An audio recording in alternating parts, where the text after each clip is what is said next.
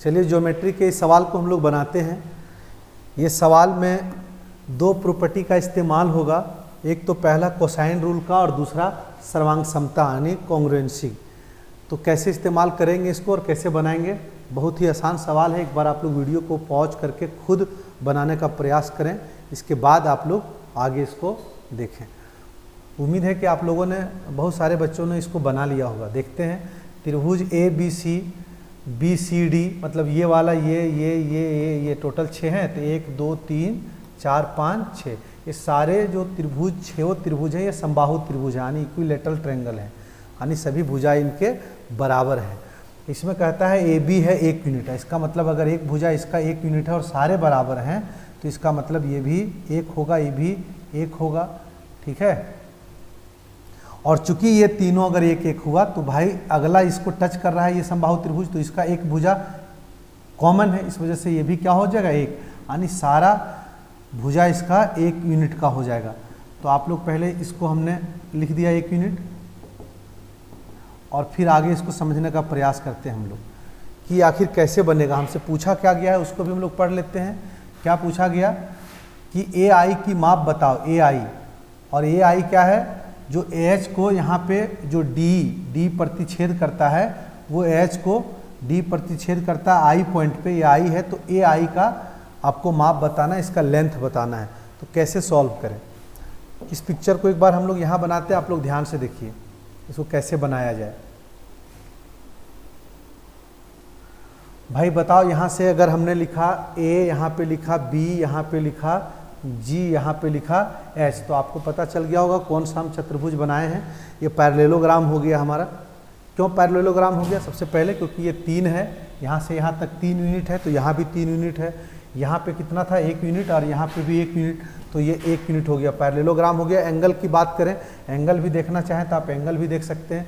भाई एक बात बताओ, ये समबाहु त्रिभुज था, ये समबाहु त्रिभुज इक्विलेटरल ट्रायंगल था ये वाला, तो क्या यहाँ पे 60 डिग्री था, इसका मतलब ये वाला कितना होगा 60 डिग्री, और यहाँ पे भी समबाहु त्रिभुज था तो ये भी कितना होगा 60 डिग्री, और यहाँ पे आप देखिएगा इसका 60 डिग्री और इसका 60 डिग्री मिलके क्या हो गया 120 डिग्री, और यहाँ पे भी 120 डिग्री। सबसे पहले हम AH को निकालते हैं, AH मतलब इसकी लेंथ निकालते हैं। तो जाहिर बात है यहाँ पे हमको कोसाइन लगाना पड़ेगा।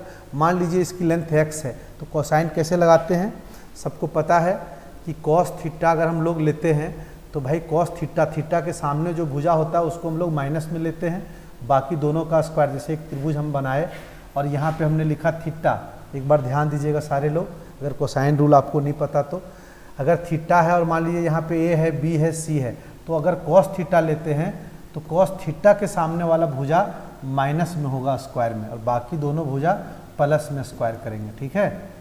ठीक, ये वाला माइनस में होगा और बाकी दोनों प्लस में होगा, और नीचे 2 इंटू जो भुजा प्लस में था A इंटू C हो जाएगा, ठीक है। तो इस प्रकार अगर कोसाइन यहाँ पे लगा दें तो कॉस 120 डिग्री, 120 डिग्री बराबर ये वाला भुजा माइनस में लेंगे, ठीक है, बाकी दोनों प्लस में लेंगे, यानी 3 का स्क्वायर प्लस 1 का स्क्वायर, और बटे 2 गुने इन दोनों भुजा का गुणनफल 3 इंटू 1। भाई कॉस 120 डिग्री का मान होता है -1/2। कैसे होता है ये भी आपको थोड़ा देर के लिए बता देते हैं। 120 degree cos theta, cos 120 degree को हम लोग कॉस 180 डिग्री माइनस 60 लिख सकते हैं, और कॉस 180 डिग्री और 360 में 360 और ये 180 कभी बदलता नहीं, कॉस कॉस में रहता है, साइन साइन में रहता है, टेन टेन में रहता है, तो कॉस कॉस में ही रहेगा 60 डिग्री। लेकिन ये सेकेंड क्वाड्रेंट में क्या साइन और कॉसेक प्लस में होता है, तो ये सारा माइनस में होगा, यानी माइनस और कॉस 60 डिग्री का मान 1/2 होता है। चलिए इसको सॉल्व करते हैं। इधर से 10 हो जाएगा, 10 माइनस x का स्क्वायर, और इधर 2 से 2 कटेगा, 2 से 2 कटेगा, इधर -3 हो जाएगा। जब इसको सॉल्व करेंगे -3 उधर जाएगा तो +3 हो जाएगा, तो 13 बनेगा, और -x स्क्वायर इधर हो जाएगा, यानी x स्क्वायर बराबर 13 हो जाएगा, x बराबर √13 हो जाएगा। क्लियर है सबको? अगर यहाँ के बाद इस सवाल को अगर बनाते हैं तो बेहद आसान है। वैसे आपको थोड़ा अगर आप ध्यान से देखेंगे तो आपको ये पता चलेगा कि ये √13 अगर टोटल है, टोटल अगर √13 है यहाँ से यहाँ तक, तो ये आधा होगा √13/2। लेकिन ये कैसे होगा इसको हम लोग देखेंगे। हमको ये चाहिए कि भाई क्यों ऐसा हो रहा है, इसका प्रूफ अगर चाहिए तो आप देखिएगा ज़रा ध्यान से। ठीक है, फिर से इसको पूरे चीज़ों को मिटा रहे हैं यहाँ पे। ज़रा सारे लोग ध्यान से देखिएगा यहाँ पे। भाई अगर ये पैरेललोग्राम हो गया है, आमने सामने का भुजा भी बराबर है, कोण भी आमने सामने का बराबर है, तो ये पैरेललोग्राम है, यानी ये लाइन पैरेलल होगा इसके। और अगर ये तीसरी लाइन इसको खींचती है तो भाई ये वाला कोण थीटा होगा, तो ये भी कोण थीटा होगा। क्लियर है सबको?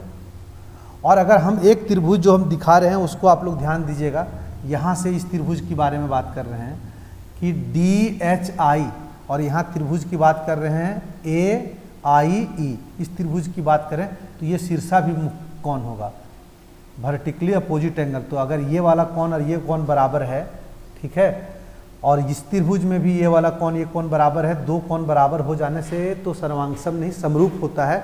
लेकिन अगर दो कोण और एक कोण के सामने वाला अगर एक भुजा भी बराबर हो जाए तो सर्वांगसम हो जाता है।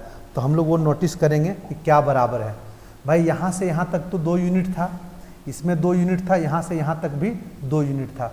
तो आप देखेंगे जो शीर्षाभिमुख कोण हम लोग ले रहे हैं, इसके सामने यहाँ पे भी 2 यूनिट है और यहाँ पे भी 2 यूनिट है। इसका मतलब कोण बराबर होने के साथ संगत भुजा भी इसका अगर बराबर है तो हम कह सकते हैं कि सब कुछ बराबर है, सब कुछ बराबर है। अगर मान लीजिए यहाँ पे कोण, ये तीसरा कोण अल्फा है, एक तो शीर्षाभिमुख कोण हो गया, एक तो हमारा थीटा हो गया एकांतर कोण, और अगर ये बचा जो कोण, अगर यहाँ पे अल्फा है तो यहाँ पे अल्फा ये होगा, इसके सामने वाला और इसके सामने वाला भी बराबर होगा।